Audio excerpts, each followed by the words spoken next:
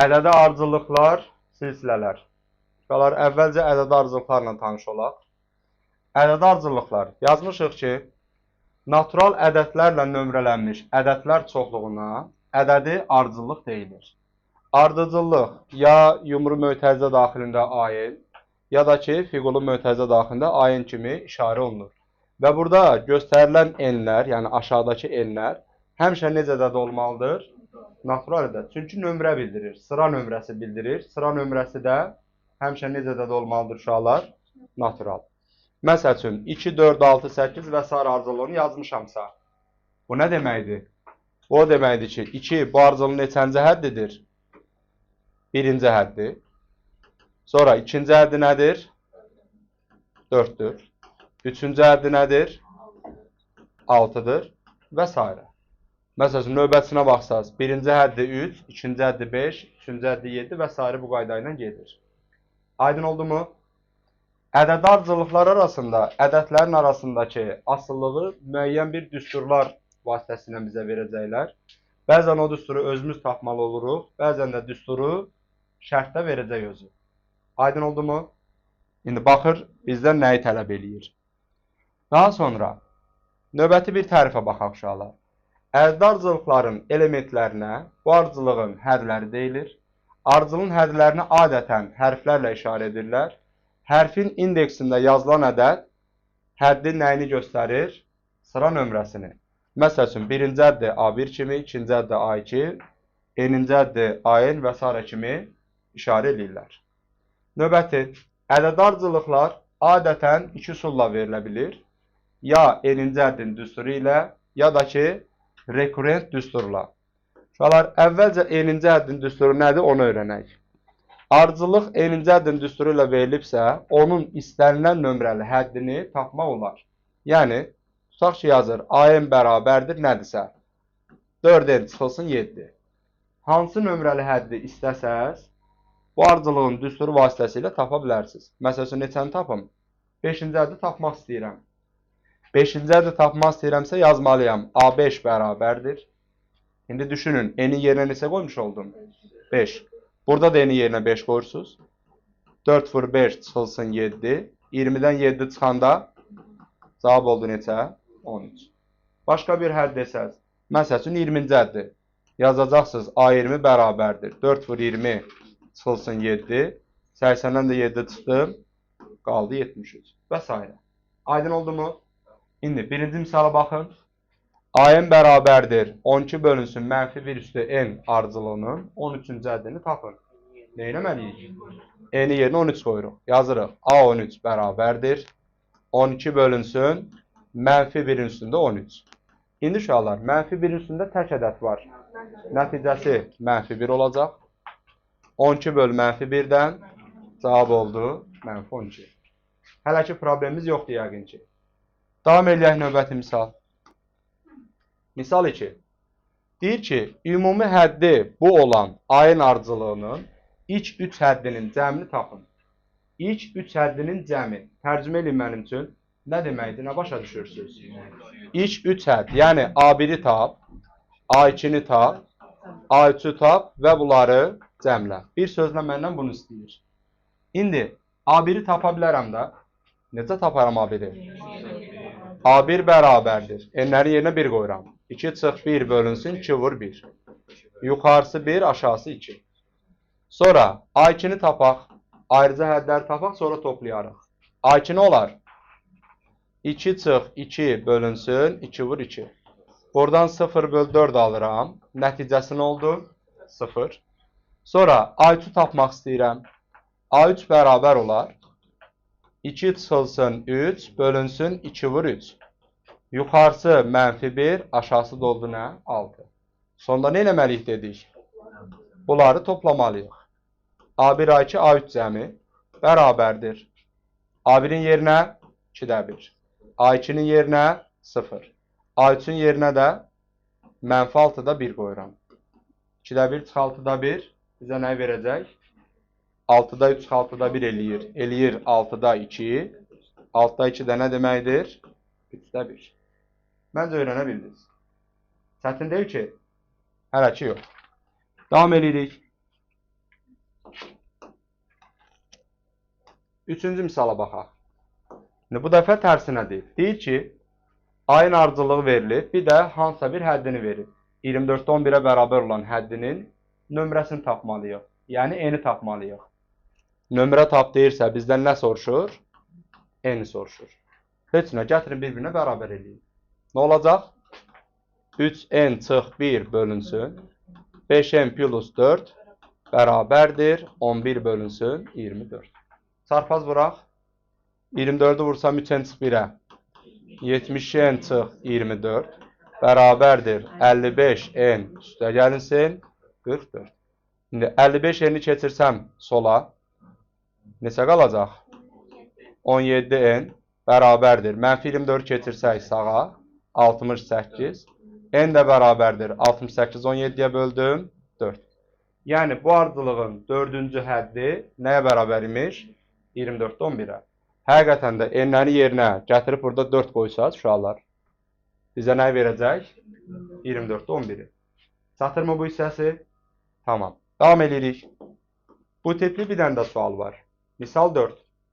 Deyir 122 ədədi ümumi həddi bu olan ardıcılığın neçənci həddidir? Neçənci həddidir? Yenə də məndən nəyi soruşur?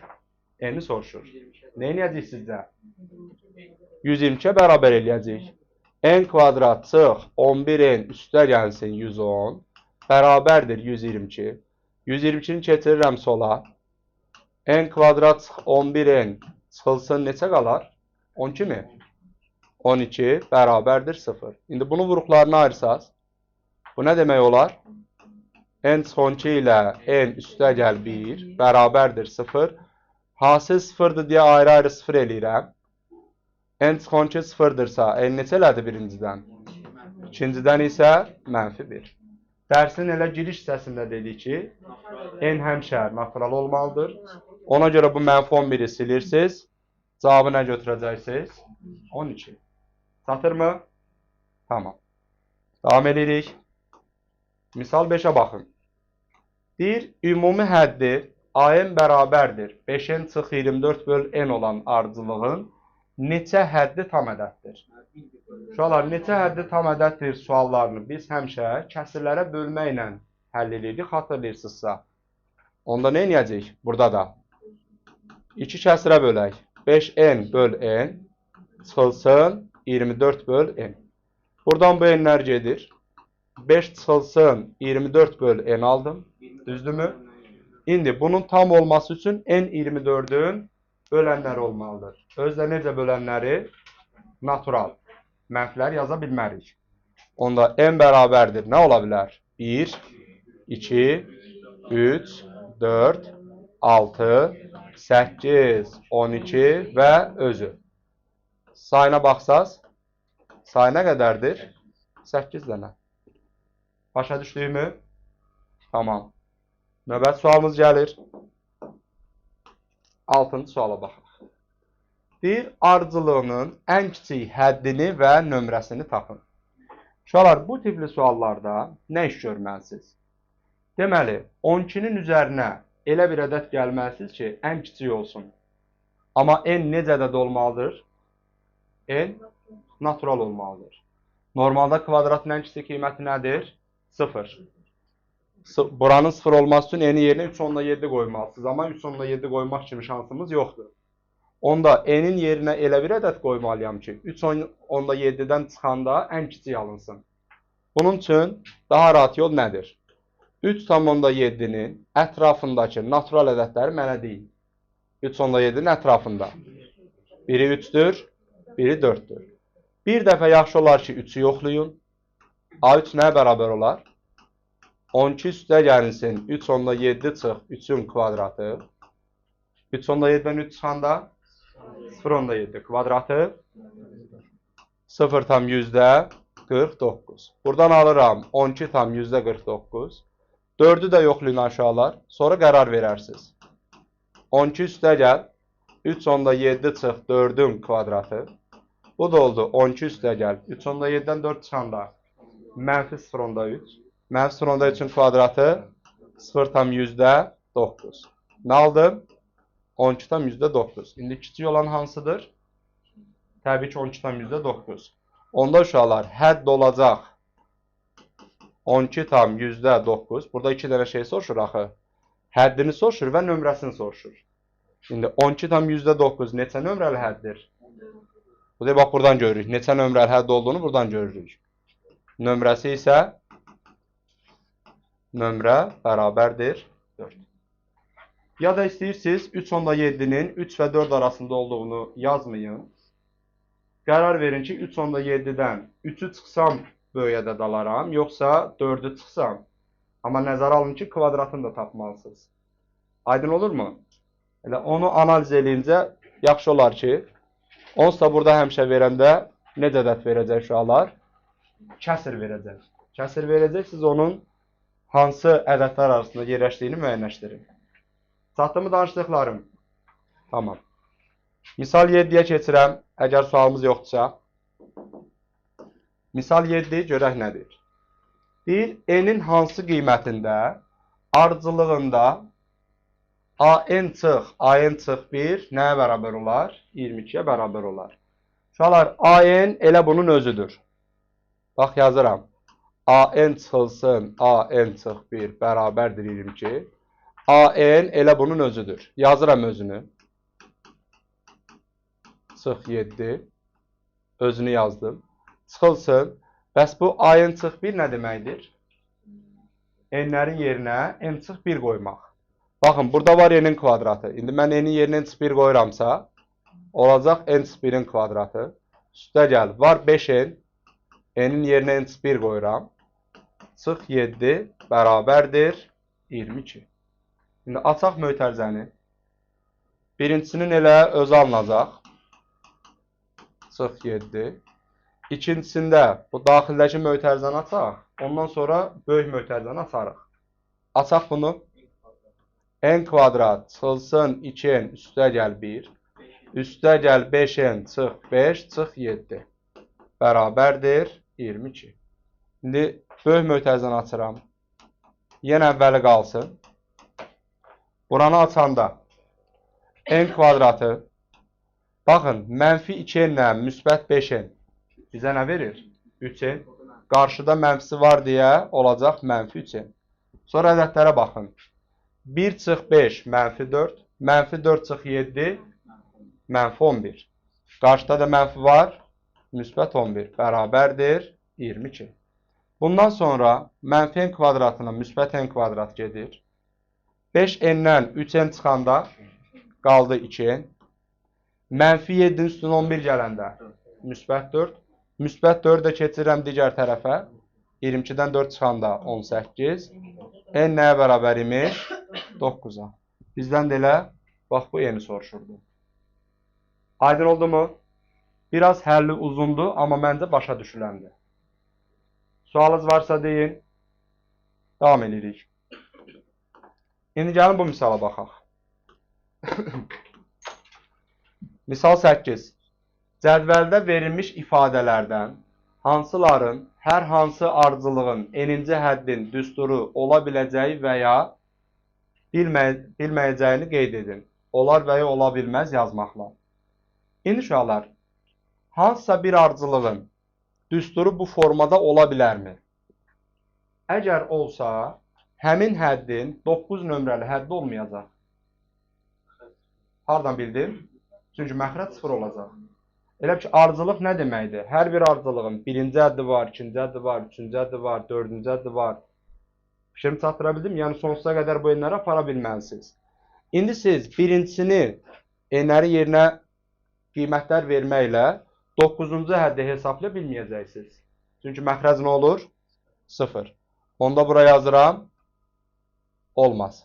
Və yaxud elə ona uyğun yazaq. Nə yazıram? Ola bilməz. İndi ikincisine baxsaq, n üstə gəl 7. N'in yerinə 1-dən başlayaraq hər şey yaza bilərik. Heç vaxt məxrəc 0-a çevrilməyəcək. Çünki məxrəc 0-a çevirən ədəd neçədir? Mənfi 7. Onsuz da mən mənfi 7 nömrəli həddi yaza bilmərəm. Aydın olurmu? Onda buna yazıram. Olar. Sonra üçüncüsünə baxaq. Üçüncüsündə problem varmı sizcə? Var. 5 yaza bilmərəm. Çünki 5 olduğu halda Yenə məxrəc 0 olacaq. Onda yazıram ola bilməz. Bilməz. Nəhayət sonuncusu. N-in yerinə hər şey yazmaq olur. Bəs məxrəc 0-a çevirən ədəd var burada. Nədir o? Kök altında 7. Müsbəti də, mənfisi də. Müsbət kökdə 7-ni götürsəz belə, müsbət kökdə 7 nə deyil? Natural deyil. Onsuz da mən n-lərə qiymət verəndə kökdə 7 deyə bir şey yazmamalıyam. Demək ki, bu olar. İzah elə bildim aşağılar? Tamam. Aydınca davam edirik. Gəlir misal 9. Deyir, ardıcılığın hər hansı həddindən başlayaraq istənilən həddini özündən əvvəlki bir və ya bir neçə həddlə ifadə edən düstura rekurrent düstur deyilir. Bayaqlar belə bir qayda dedim ki, ardıcılıqlar iki üsulla verilə bilir. Biri n-ci həddin düsturudur. Belə bayaqdan danışdığım düsturlardır. Hiss edirdinizsə. Bir də var uşaqlar, rekurrent düstur. Rekurrent düstur nədir? Hansısa bir həddi birbaşa tapmaq olmur. Hansı nömrəli həddi istəyirsinizsə, ya özündən əvvəlki, ya özündən sonraki bir neçə həddi bilməlisiniz. Məsəl üçün, misal 9-a baxaq, görək nə demək istəyirəm. A1-i bizə veriblər 3. Bunu yazıram. Diqqətlə qulaq asın, başa düşəcəksiniz. A1-i veriblər 3. Bunu yazdım. İndi uşaqlar, bu ardıcılığın ilk 3 həddinin cəmini istəyirsə, məndən nə istəyir deməkdir? A1, A2, A3 istəyir. A1-in qiyməti verilibdir özü. 3'dür. İndi qalır A2-ni tapmağım. A2-ni tapmağım üçün, bax bu düsturda, sizcə n-in yerinə nə qoymalıyam ki, A2 yaransın? 1 qoymalıyam. Onda yazıram. N bərabərdir 1. İndi n-ləri yerinə 1 qoyun. A2 bərabər olur 3 vurulsun A1 çıxılsın 5. Çatdım bu hissəsi. Bəs A1-in qiyməti neçədir? 3. Uşaqlar fikir verdinizmi? Rekurrent düstur necə oldu? Sən A2-ni tapmaq istəyirsən. A2-ni tapmaq üçün nəyə ehtiyacın var? A1-ə. Yəni, hansısa bir həddi tapmaq üçün özündən bir əvvəlki həddi bilməlisən. Yazıram onda 3 vur 3 çıxılsın 5. Nə tapıldı? 9 5-dən 4. A2-ni tapdım 4. İndi uşaqlar, A3-ü tapmalıyam. A3-ü tapmaq üçün yenə bu düstura baxın. N-i yerinə 2 qoymalısınız. N-i yerinə 2 qoyanda yazıram A3 bərabərdir. 3 vurulsun. N-i yerinə 2 qoyuram axı. Yaranır A2 çıxılsın 5. Şimdi A2-nin qiyməti də bəllidir. Neçədir? 4. Onda olacaq 3 vur 4 çıxılsın 5. 12-dən 5 çıxanda 7. Bunu da tapdım 7. Məndən də bunların cəmini istəyirdi. Cavab oldu 14. Rekurrent düsturun nə olduğu çatdımı sizə? Hansısa bir həddi birbaşa nə eləmək olmur? Tapmaq olmur. Gələk özündən əvvəlki bir neçə həddi biləsiz. Aydın oldu mu? Tamam. Davam edirik. İndi yeni bir şey haqqında danışaq sizlə. Qalar gəlir nə? İstənilən ayın ardıcılığının ilk n həddinin cəmi Sn şəklində işarə olunur. Və ilk n həddinin cəmi dedikdə Sn bərabərdir A1, A2, A3 və s. Ayın başa düşülür. Uşaqlar, Sn deməli nəyin ümumi işarəsi imiş? Cəmlərin. O da ingilis dilində yəqin bilirsiniz, belə bir dənə söz var. Nə deməkdir bu? Toplam, cəm. Bunun birinci hərfinə görə. Yəni, S dediyimiz uşaqlar tək bizə məxsus olan bir şey deyil. Hər yerdə bunu bu formada işarə edirlər. İndi, Sn deyəndə də aşağıdakı n-ə görə neçə dənə həddi toplamalısınızsa onu göstərir. Məsəl üçün, ilk 5 həddinin cəmi dedikdə nə başa düşülür uşaqlar? Yazırsınız, S5 bərabərdir A1, A2, A3, A4, A5. Yəni, 1-dən 5-ə qədər toplamalısınız. Bir növ bu nəyə oxşuyur? Faktoriala. Faktorialda, məsəl üçün, 5 faktorial deyirəmsə, neynirdim? 1-dən 5-ə qədər hamısını bir-birinə vururdum. Burada da S5 deyəndə nə başa düşəcək? A1-dən A5-ə qədər toplamalardır. Çatdımı? Tamam. İndi, gəlin növbəti bir qeydimizə baxaq. Yazmışıq ki, əgər ayın ardıcılığı üçün SN hər hansı düsturla məlum olarsa, yəni məsələnin şərtində yazır ki, SN bərabərdir filan şey olarsa, bu ardıcılığın n-ci həddi AN bərabərdir SN çıx SN çıx 1 düsturu ilə tapılır. Burada yazıda bir şey qalsın ki, ilk bir həddin cəmi dedikdə elə birinci hədd başa düşülür. Yəni A1 nəyə bərabərdir? S1-ə. Bu düstura görə tutaq ki, sizdən 5-ci həddi istəsəm. Bax, bu düstura görə. Sizdən 5-ci həddi istəsəm, nə yazmalısınız? S5 çıxılsın nə? S4. İndi gəlin bu düsturun mahiyyətini izah edeyim sizə. S5 deyəndə nə başa düşüldü? Bayaqlar izah elədim. A1, A2, A3, A4, A5 başa düşülür. Düzdürmü? İndi mən bundan, bu neydi dedim? S5.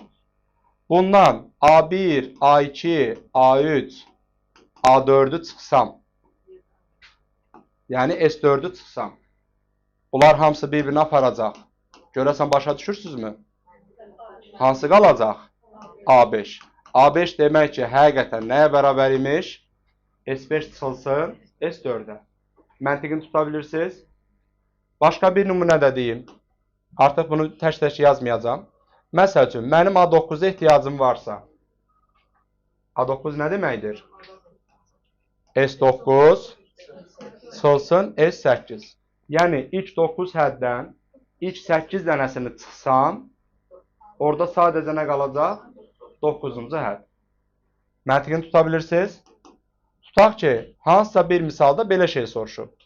Yazır, S6 çıxılsın S5. İndi bunu izah edeyim mənə. S6 nə deməkdir? A1-dən A6-ya qədər cəm. S5 nə deməkdir? A1-dən A5-ə qədər. Onda biz bunları çıxsaq, sadəcə neçənci hədd qalacaq? 6-cı hədd. Biraz da genişləndirmək istəyirəm bunu. Məsəl üçün, görüm, tam hakim olmuşsunuzmu buna? S8 çıxılsın S6. Mahiyyətini başa düşməyə çalışın.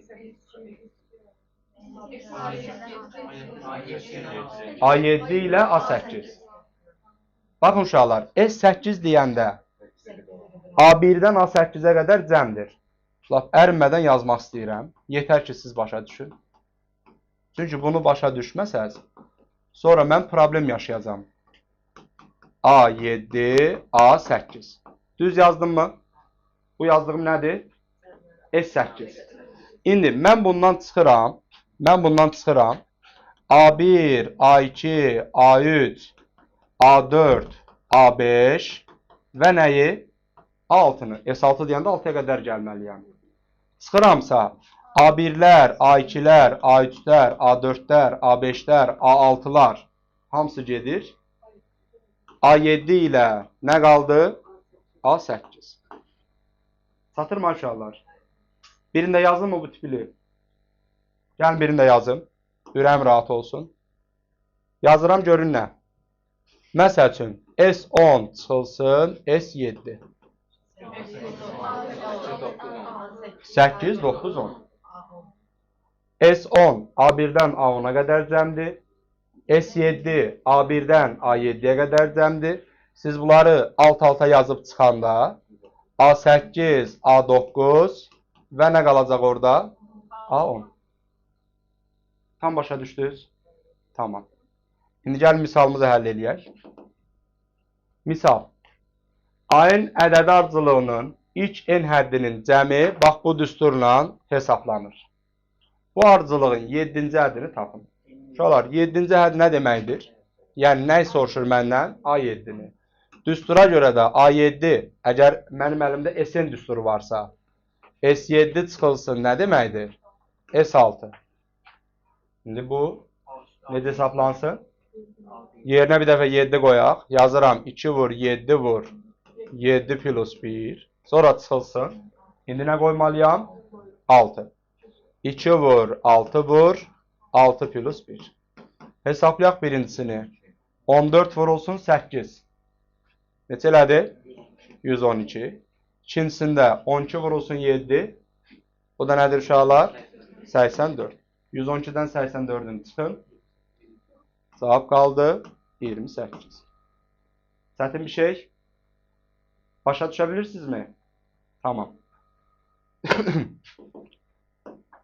Baxaq misal 11-ə. Misal 11. Görün nə deyir?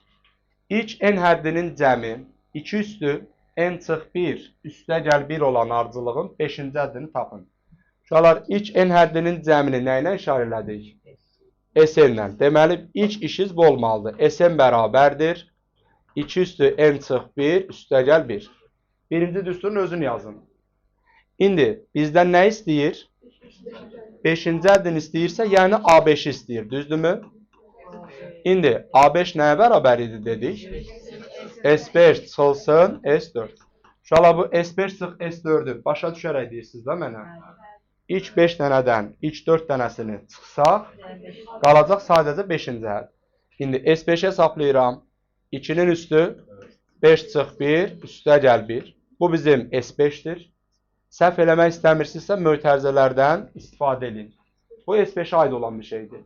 İndi S4-ü hesablayaq. 2-nin üstü 4 çıx 1 üstə gəl 1. İndi birinci mötərizəni hesablayıram. 5-dən 1 çıxdım 4. 2 üstü 4 16. 16-nın üstünə 1 gəldim 17. Çıxılsın. Bu da eləyir. Bəli 9. Yekun cavab nəymiş? 8. Başa düşürsünüzmü? Əla.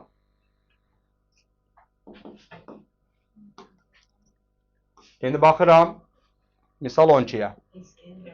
Ardıcılığın ilk n həddinin cəmi 3-dən çıx 1-dir. İlk işim nə olacaq?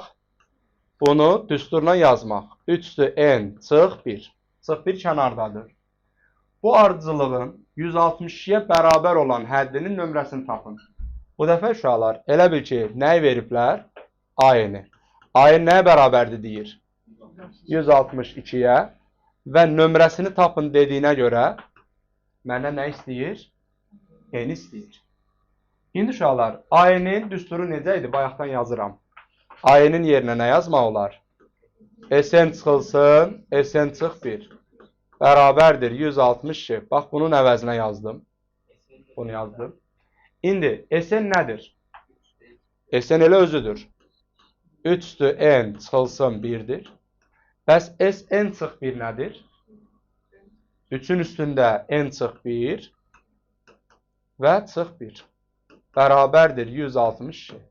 İndi alınan bu tənlikdən biz nəyi tapmalıyıq? N-i tapmalıyıq. Uşaqlar, mötərizəni açaq. Birincisi elə 3-dən çıx 1-dir. İkincisini fikir verin. Üstündə çıxma var. Üstündə çıxma varsa, demək ki, bu bundan öncə nə olubdur? Nə zaman üstlər çıxılır? Qüvvətlər nə zaman çıxılır? Bölmə olanda. Onda bunun yerinə yazıram. 3 üstü n bölünsün 3. Sonra bu mənfi ilə bu mənfi üstə gəl deməkdir. Cavab oldu 162. İndi uşaqlar, mənfi 1 ilə müsbət 1 getsin. Kəsirdən azad olmaq istəyirəmsə, bunun hamısını nəyə vurum? 3-ə. Buradan yazıram uşaqlar. 3-ə vuranda yazıram 3 vurulsun 3 üstü n. Çıxılsın 3 üstü n. 3-ə vuranda 3-lər getdi. Bərabərdir nəyə? 160-ın 3-ə vurun. 486. Uşaqlar, 3 vur 3 üstü n-dən 3 üstü n-i çıxanda 2 vurulsun 3 üstü n qalar. Rastsızmı? Bərabərdir 486. 2-yə böldüm hər iki tərəfini. 2-yə bölürəm hər iki tərəfini. 3 üstü n neçə elədi? 243. 243-ü də tanıyırsınız məncə. 3 üstü nə deməkdir? 5. Buradan da bu 3-lər gedəndə n-imiz nəyə bərabər qaldı? 5-ə. Demək ki, uşaqlar, siz burada, bax bu düsturda n-in yerinə bir dəfə 5, bir dəfə 4 yazıb, bir-birindən çıxsaz, neçəni alacaqsınız? 160-ni. Həqiqətən də A5 necə hesablanırdı? Bayaqlar dedik.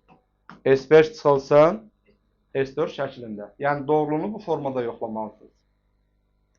Digər misallara baxanda biraz ağır olduğunu hiss elədiniz yəqin ki. Amma başa düşdük. Dəqiq başa düşdük. Tamam. İndi gəlin yeni bir şeylə tanış olaq. Uşaqlar, bayaqdan danışdıqlarım cəmlərlə bağlı olan qaydalar idi. İndi isə hasillərlə bağlı olan qaydalara baxaq. Deməli, qeyddə nə yazmışıq? İstənilən ayın ardıcıllığının ilk n həddinin hasili HN şəklində işarə olunur və ilk n həddinin hasili dedikdə HN bərabərdir. A1 vur, A2 vur, A3 vur və s. ayın başa düşülür. Bunu da yenə faktorial kimi başa düşün uşaqlar. İlk n həddinin hasili. Aydın oldu mu? İlk n həddinin hasili HN-lə işarə olunurmuş. Məsələn, ilk 5 həddinin hasili dedikdə, yəni H5 başa düşəcəksiniz. H5 də nə deməkdir? A1, A2, A3, A4, A5 hasili deməkdir. Bu işarələmə aydın oldu mu sizə? H5 deyəndə ilk 5 həddinin cəmi. Məsəl üçün, H4 desəydin, nə yazardın? A1 vur, A2 vur, A3 vur, A4 yazardın. Növbəti bir qeydimiz var, buna da baxaq. Yazmışıq ki, əgər ayın ardıcıllığı üçün HN hər hansı düsturla məlum olarsa, bu ardıcıllığın n-ci həddi ayın bərabərdir, HN bölünsün, HN çıx 1 düsturu ilə tapılır. Gəlin izah verim. Məsəl üçün, 5-ci hədd deyəndə, düstura görə, 5-ci hədd deyəndə n-ləri yerinə 5 qoyun. Nə alınır burada? H5 bölünsün, H4. Şimdi səbəbini deyim mi uşaqlar? H5 deyəndə nə yazmalıydım? A1 vur, A2 vur, A3 vur, A4 vur, A5. Bu H5'dir. H4 deyəndə bəs? A1, A2, A3, A4'də uca dayanmalıyam. İndi siz də bunları ixtisar eləsəz, sonda nə qalacaq uşaqlar? A5. Aydın olur mu? Məsəl üçün, A7 desək, nə yazmalıyam? H7 bölünsün, H6. Həqiqətən də ilk 7 həddin hasilini, ilk 6 həddin hasilinə bölsək, ilk 6 dənəsi ixtisara gedəcək, qalacaq A7. Sonra, başqa bir testdə H9 bölünsün, H8 görmüsünüzsə, yerinə nə yazacaqsınız? A9. Aydın oldu mu? İndi, biraz da genişləndirsək, məsəl üçün, hansısa bir testdə H7 bölünsün, H5 görürsünüz. İlk 5 dənəsi ixtisara gedəcək, qalacaq orada 6-cı hədd ilə 7-ci hədd. Çatırmı? Son bir dənəsində deyim. Məsəl üçün, H9 bölünsün, H6. Bu 7-ci həddi, 8-ci həddi və 9-cu həddi vurmaq deməkdir. Aydın oldu mu? Tamam. Nümunəsi var, baxaq. Misal 13. İlk n həddinin hasili n üstəgəl 3 faktorial böl 4 olan ardıcıllığın 5-ci həddini tapın. Yenə uşaqlar, düsturunu yazaq. İlk n həddinin hasilini ilə işarə elədik? HN ilə. HN bərabərdir. N üstəgəl 3 faktorial bölünsün 4-dür. Və məndən nə istəyir uşaqlar? 5-ci həddini istəyir. Onda nə yazmalıyam? Yazmalıyam ki, A5 bərabərdir. H5 bölünsün, H4. Bayaqdan danışdığım qayda. İndi yerinə bir dəfə 5 qoyaq. 5 qoysam nə olacaq? Yuxarıda yazıram. 8 faktorial bölünsün 4. Düz danışdım mı? N-in yerinə sadəcə 5 qoydum. Bir dəfə D-nin yerinə 4 qoymalıyam. 7 faktorial bölünsün 4. İndi uşaqlar, kəsir-kəsirə bölmə qaydasına görə bu məxrəzdəkinin tərsini çevirsəz, 4-lər gedəcək rastsız. Orada sadəcə nə qalacaq? 8 faktorial bölünsün 7 faktorial. Uşaqlar, bu deyilir 8. Çünki 8 faktorial 7 faktorial vurulsun 8 şəklində yazıla bilirdi. Aydındır? Bölünsün 7 faktorial. Bunlar da gedir. Cavab qaldı 8. İndi ola bilsin ki, kimsə başa düşmədi. Gəlin biraz geniş yazım. 8 faktorial bu deməkdir uşaqlar. 1, 2, 3, 4, 5, 6, 7, 8 deməkdir. 7 faktorial nə deməkdir bəs? 1, 2, 3, 4, 5, 6, 7. Bunun bu hissəsi tamamilə ixtisara gedir. 2, 7 dənəsi. Cavab qalır sadəcə nə? 8. Cavabı 8 imiş. Öyrənə bildikmi? Tamam.